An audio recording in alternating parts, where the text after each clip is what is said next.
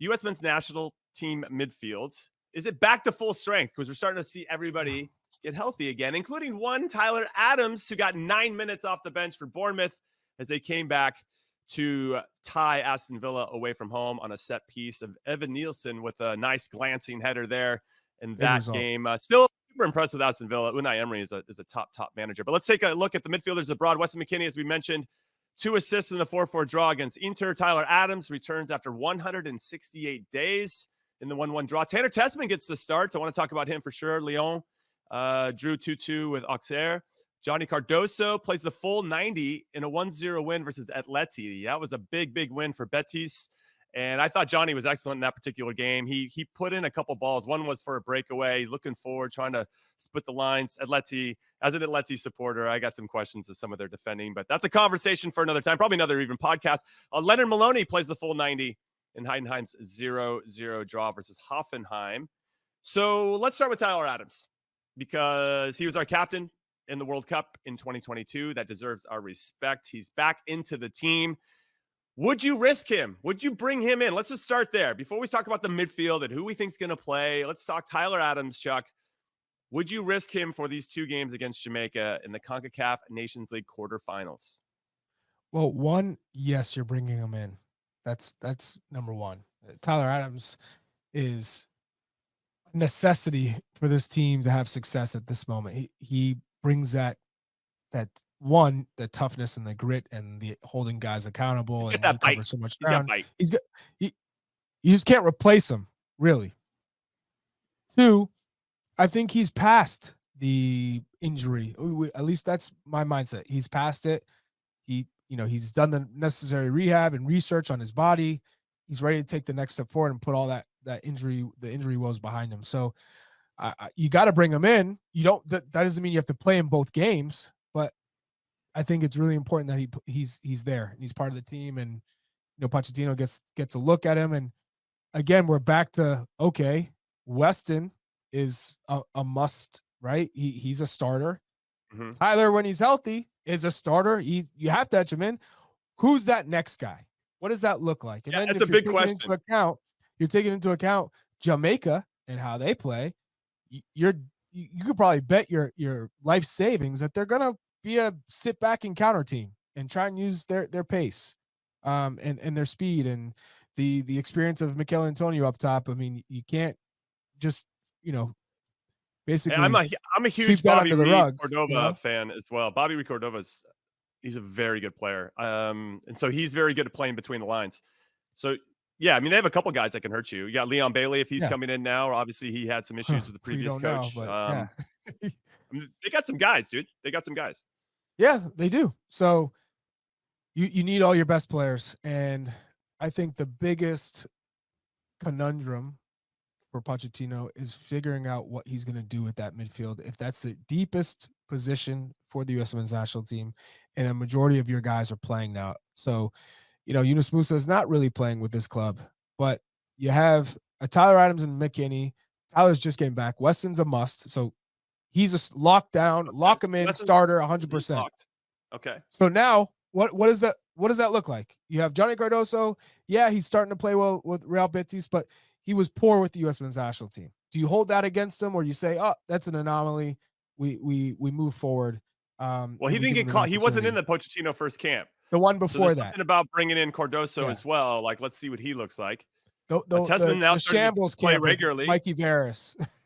Well, yeah. Camp Shambles. Yeah. Camp Shambles, which, you got to throw a little asterisk into that camp, of course.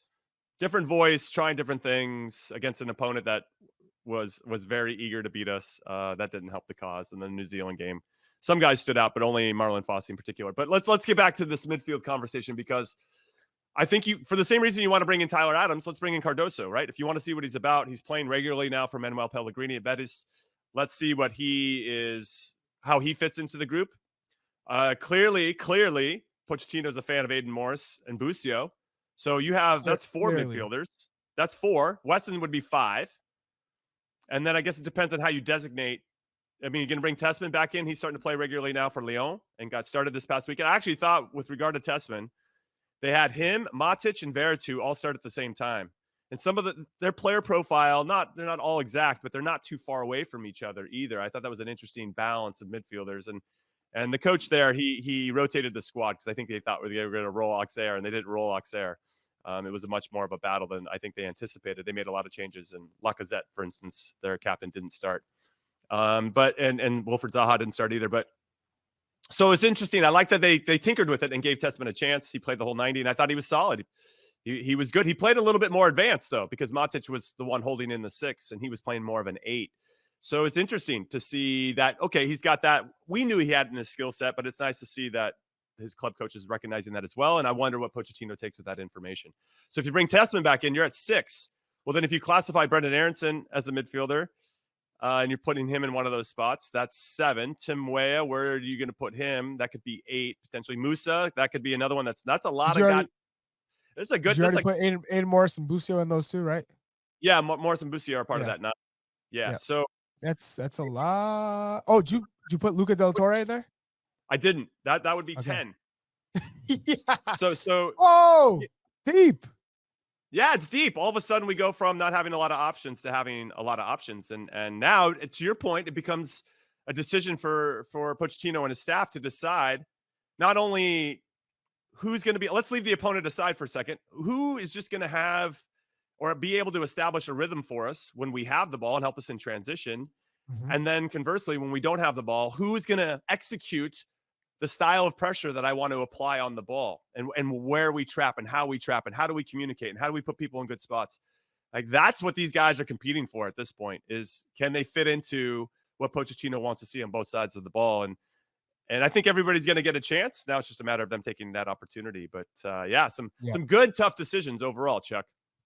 Couldn't agree more. And I think in every scenario possible, formation, tactics, that Tyler Adams and Weston McKennie fit into all of them. So whether you're thinking about it a mid block or, playing in a way that's not prone to counterattacks from Jamaica, then you may sit a little bit deeper, or you have your back line drop. You don't play as high, whatever that may be. Tyler Adams and Weston McKennie fit in that. You also want to keep the ball and pin them back and, use every inch of the pitch, use the width.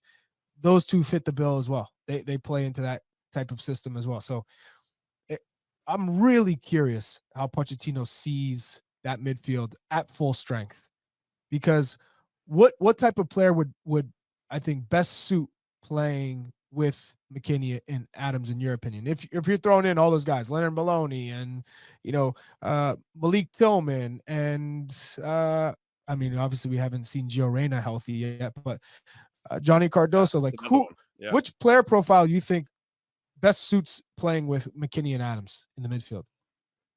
Well, let's just kind of break them down. Tyler's going to be doing all the work, right? All the thankless work. You try to, and he actually does a really good job of this, but I remember when I was playing with Michael Bradley in the national team, sometimes he would be defending sideline to sideline, right? And I remember having a talk with him during a World Cup qualifier. And I wasn't playing, but I watch and try to give notes to the guys because I'm a good teammate, Chuck. And so I said, hey, dude, you're getting out into the channels. Like, if you're our 6, as much as I love that you want to do that work, you got to trust that the other guys can do their job. And because this is the national team, if they can't, that speaks to a bigger issue with our player pool. But you're going to be more effective if you stay within the width of the box, because if you get pulled out and then they can play into those spaces where you've now been vacated, that's going to be a problem. So Tyler's very good at staying and hopefully would remain, obviously, in that space. And if he does that, then I think you could have someone that's a little bit more of an 8, right? You might not need, I don't know if you need a double 6 when you have a Tyler Adams. I guess that was a really long way of saying that. And then we have Weston, who's kind of a hybrid 8-10, or can be at times, as we've seen most recently too with Juve, where he likes to float in, maybe be the second striker. He'll pop up out wide, maybe whip in across. He's very good at finding that space in between the lines. And so, all right, if you've got this guy who's a bit of a hybrid 8-10, then maybe you need a bit of a hybrid 6-8, right? Somebody that could, if we needed to, play off the shoulder of Tyler Adams and drop into a 2 6s if we need. Not against Jamaica, though. That's true. But just that you could, if you needed to, you could. Yeah. And then could be a hybrid 8 next off the shoulder. So now you have double 8s, or somebody that could push into maybe even a hybrid 8-10, like another Weston. and go from there. That's going to be the big choice, I think, is deciding And that's not Johnny what you want Cardoso. there. I don't. Well, Johnny actually did a really nice job this past weekend. Now, I don't know if we see that from him consistently, but he found himself in advanced positions, and he played a incredible through ball that should have been scored by Abdi in the first half against Atleti.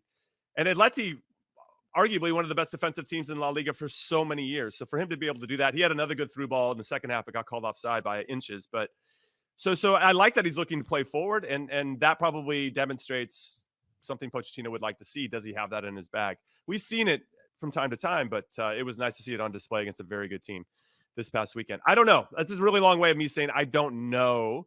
Busio seems like he fits that Christian Eriksen role. Every time you've said that now, it's all I think about, that Pochettino loves the Christian Eriksen player, and Busio, I think, fits that profile the best. Yeah. What do you think? I don't know. Not always, but I'll give you that one, Chuck. Man,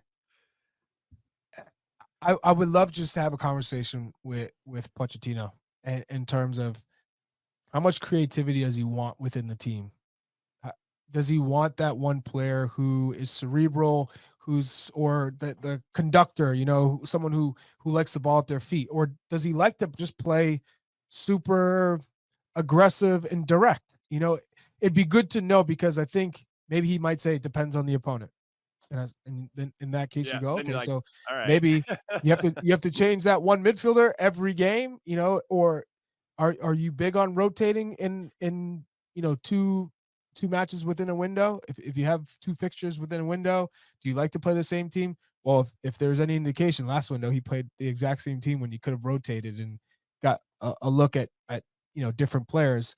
Although maybe he's thinking, I want to see their fitness and get a good baseline for them. So, these are all good questions, and it'd be worth a discussion to hear from Pochettino of what are his expectations out of midfield, and how can they support the striker more often than what we've seen.